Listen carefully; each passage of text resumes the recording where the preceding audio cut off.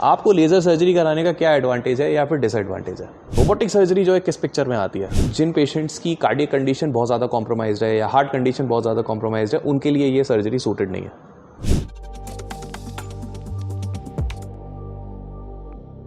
Hi friends, मेरा नाम है doctor Amit Bansal, urologist, andrologist और मेंस सेक्सुअल हेल्थ एक्सपर्ट। मुझे काफ़ी सारे लोगों के मैसेजेस आए थे कि सर हमें जो है प्रोस्टेट रिलेटेड इश्यूज़ हैं और हमें सर्जरी बताई गई है। तो सर्जरीज हमें समझ नहीं आ रही। डॉक्टर टर्म्स यूज़ करते हैं, कोई TURP टर्म यूज़ करता है, कोई कहता है लेज़र से करेंगे, कोई कहता है रोबोट से करेंगे। तो ये सारी क्या है, हमें डिटेल्स एक्चुअली समझ नहीं आई। तो ये वीडियो उन्हीं की डिटेल्स बताने के लिए है कि किस सर्जरी कौन से पेशेंट में सूटेड है और एक्चुअली इसे करते कैसे हैं। सबसे पहले बात करते हैं TURP की, जो सबसे पहली एंडोस्कोपिक सर्जरी थी। एंडोस्कोपी का मतलब जो आपके पेशाब का रास्ता है उसी के थ्रू कैमरा डाला जाता है और प्रोस्टेट को अंदर से छीला जाता है। अब मैं छीलने से क्या मेरा मतलब है समझो।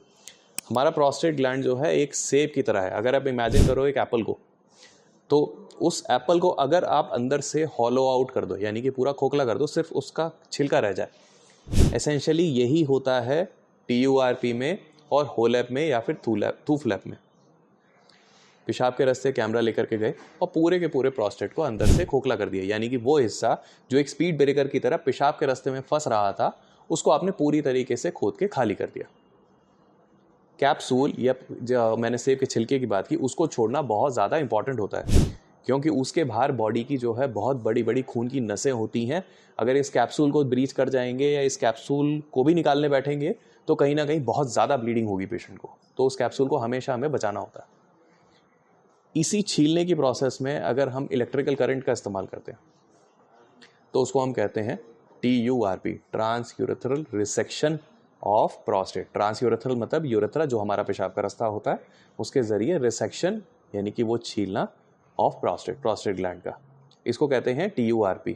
यही अब बात करते हैं लेज़र सर्जरी की। जैसे आमतौर पे आपने सुना होगा होलैप का नाम सुना होगा या फिर थूलैप का नाम सुना होगा, थूफलैप का नाम सुना होगा। इसमें बेसिकली करते क्या है, ये डिफरेंट कैसे है TURP से? तो इसमें होता यह है कि पेशाब के रास्ते वैसे ही कैमरा डाला जाता है, लेकिन प्रोस्टेट को जो है लेज़र के ज़रिए छीला जाता है। अब बिजली के करंट में और लेज़र में मरीज़ को बेसिकली आपको क्या फ़ायदा हो, क्योंकि जो लेज़र सर्जरी होती है वो TURP से ज़्यादा कॉस्टली होती है। तो बेसिकली दोनों सर्जरीज जो हैं वो किस किस केस में अप्लाई हो सकती है। आपको लेज़र सर्जरी कराने का क्या एडवांटेज है या फिर डिसएडवांटेज है, मैं बताता हूँ। अगर तो देखो प्रोस्टेट छोटा है, आपको अगर कोई प्री एग्जिस्टिंग कार्डियक कंडीशन नहीं है जिसके लिए आपको कोई ब्लड थिनर चल रहा हो या खून पतला करने की दवाई चल रही हो, तब तो छोटे प्रोस्टेट में जो है TURP इज़ गुड इनफ, उसमें लेज़र का वैसे भी कोई फ़ायदा नहीं है। लेकिन अगर आपका प्रोस्टेट थोड़ा भी बड़ा है या फिर आपको जो है कोई कार्डियक कंडीशन है जिसकी वजह से आपको ब्लड थिनर चल रहे हैं जिनको बंद करना ठीक नहीं है, तो ऐसे केसेस में जो है लेज़र का काफ़ी ज़्यादा फ़ायदा होता है पेशेंट को। बड़े प्रोस्टेट्स में वैसे भी जो है लेज़र का थोड़ा सा फ़ायदा ज़्यादा होता है, ब्लीडिंग लेज़र से कम होती है। और रिकवरी की बात करें तो दोनों की रिकवरी एग्जैक्टली सेम है, TURP की और होलैप की या फिर थूफलैप की। तो लेज़र का जो एडवांटेज बेसिकली आता है वो बड़े प्रोस्टेट वाले पेशेंट्स में, जिन लोगों को हार्ट इश्यूज़ हैं, ब्लड थिनर चल रहे हैं, ऐसे पेशेंट्स को जो है लेज़र सर्जरी का एक्चुअली फ़ायदा है। अदरवाइज़ जो है एंडोस्कोपिक सर्जरी अगर आप TURP से भी करा रहे हैं तो that is good enough for you. तो फिर रोबोटिक सर्जरी जो है किस पिक्चर में आती है? रोबोट से जो सर्जरी करते हैं, एक चीज़ ये देखी गई है कि अगर आपका एक्सेसिवली बड़ा प्रोस्टेट है, 150-200 ग्राम का प्रोस्टेट है, साथ में ब्लैडर में स्टोन भी पड़ा है या ब्लैडर में डायवर्टिकुलम भी बन गया है, तो ऐसे केसेस में अगर आप ज़्यादा देर तक पेशाब के रास्ते से कैमरा रख के अगर आप सर्जरी करते हैं तो कहीं ना कहीं यूरेथ्रा, यानी कि हमारा पेशाब का वो रास्ता जो हम आदमियों के पीनिस के अंदर से होके जाता है, वो उस इंस्ट्रूमेंटेशन की वजह से उसमें कुछ डैमेज होती है और कुछ समय बाद वो श्रिंक कर सकता है। ऐसे केसेस में कभी कभी रोबोटिक सर्जरी जो है वो काफ़ी अच्छी होती है, क्योंकि वो उस पेशाब के रास्ते का इस्तेमाल नहीं करती। इसको आप की होल सर्जरी भी कह सकते हो। तो पेट में छोटे छोटे जो है 8-8 mm के सुराख किए जाते हैं, इंस्ट्रूमेंट्स डाले जाते हैं और प्रोस्टेट को पेशाब के रास्ते से अप्रोच करने की जगह पेट से अप्रोच किया जाता है। ब्लैडर खोल के प्रोस्टेट छील दिया जाता है। इसमें रिकवरी पेशेंट की काफ़ी अच्छी होती है। पेशाब का रास्ता क्योंकि इसमें वॉयलेट नहीं होता है, तो ऐसे केसेस में जो है उसके आगे फ्यूचर में चल के जो है नैरोइंग के, स्ट्रिक्चर बनने के, सिकुड़न आने के, पेशाब की नई प्रॉब्लम बनने के चांसेस भी काफ़ी कम रहते हैं। हाँ, बट इसमें जो है पेट में सुराख ज़रूर करने पड़ते हैं। और जिन पेशेंट्स की कार्डियक कंडीशन बहुत ज़्यादा कॉम्प्रोमाइज़ है या हार्ट कंडीशन बहुत ज़्यादा कॉम्प्रोमाइज़ है, उनके लिए ये सर्जरी सूटेड नहीं है। तो इस बेसिस पे जो है आप अपना डिसीजन ले सकते हैं कि कौन सी सर्जरी जो है आपके लिए वेल सूटेड है, कौन सी सर्जरी आपके लिए वेल सूटेड नहीं है। ऑल्दो ये डिस्कशन बेहतर रहेगा कि आप और डिटेल में अपने डॉक्टर से करें, बट मोटा मोटा एक बड़ी ही नॉन मेडिकल, बड़ी ही जेनेरिक टर्म्स में, बहुत ही लेमन टर्म्स में समझने के लिए कि ये TURP, लेज़र सर्जरी और रोबोटिक सर्जरी प्रोस्टेट के केस में क्या है, उसका पूरा जो है वीडियो का सार यही है। अगर इन सर्जरीज़ के बाद आप रिकवरी की बात करें तो उसमें क्या एक्सपेक्ट कर सकते हैं। बड़ा लॉजिकल टर्म्स में इसको अप्रोच करते हैं, बिल्कुल भी इधर उधर की मेडिकल भाषा नहीं। अब मैंने आपको बोला था कि इन सर्जरीज़ में जो है प्रोस्टेट को छील दिया जाता है। छीला जाता है तो वहाँ पे ज़ख्म भी रहेगा। पेशाब की नमक वाली एक भी बूंद अगर उस जगह पे लगेगी तो जलन मचेगी। पेशाब का प्रेशर आपको जल्दी लगेगा। इतना तेज़ प्रेशर लगता है कुछ लोगों को कि बाथरूम जाते जाते जो है पेशाब लीक होने के चांसेस रहते हैं। ये जलन और ये अर्जेंसी और ये फ्रीक्वेंसी उन लोगों में ज़्यादा परेशान करती है जिनका कि प्रोस्टेट ग्लैंड बहुत ज़्यादा बड़ा है, क्योंकि सर्जरी के बाद उसमें अंदर जख्म भी ज़्यादा बड़ा होता है, उसको भरने में भी ज़्यादा समय लगेगा, तो परेशानी भी ज़्यादा होगी। जब आप पेशाब करने के लिए जाते हो तो पेशाब करने के बाद आपको ये लग सकता है कि पेशाब भी बचा हुआ है, क्योंकि जलन तो बनी हुई है, अभी बॉडी तो पेशाब की एक भी बूंद टॉलरेट नहीं कर रही है। तो ये आपको फीलिंग आ सकती है कि मेरे को पूरा पेशाब नहीं हुआ, या जल्दी आपको जाना लगे।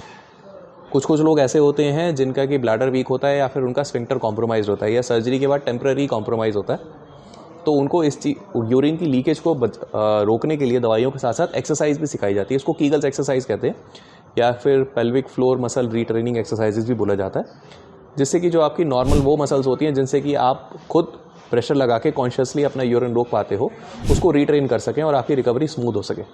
अब जिसका जितना ज़्यादा बड़ा प्रोस्टेट, जितना ज़्यादा बड़ा जख्म, उतना ही उनको रिकवरी में भी टाइम लगता है। और ये इस चीज़ पर निर्भर करता है कि आपने कितना रिलीजियसली उस एक्सरसाइज को किया। बट देर सवेर अगर सर्जरी ढंग से हुई है तो सारे लोगों को जो है ठीक से पेशाब आराम से हो जाता है and patients are usually happy. Surgery से जो आपकी एक्सपेक्टेशन होनी चाहिए वो बिल्कुल रियलिस्टिक होनी चाहिए।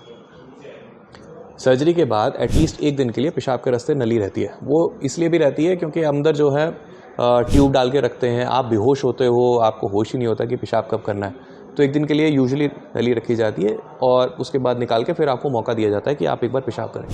सर्जरी के तुरंत बाद अगर आपको थोड़ी जलन हो रही है, पेशाब के रास्ते कुछ गंदगी या मट मैला सा हल्का बहुत ब्लड आ रहा है, तो इससे घबराना नहीं है, ये पार्ट ऑफ रिकवरी होता है और इसको जो है आपको as a part of recovery लेना चाहिए। सर्जरी को सर्जरी की तरह ट्रीट करना है, उसको जादू की तरह ट्रीट नहीं करना।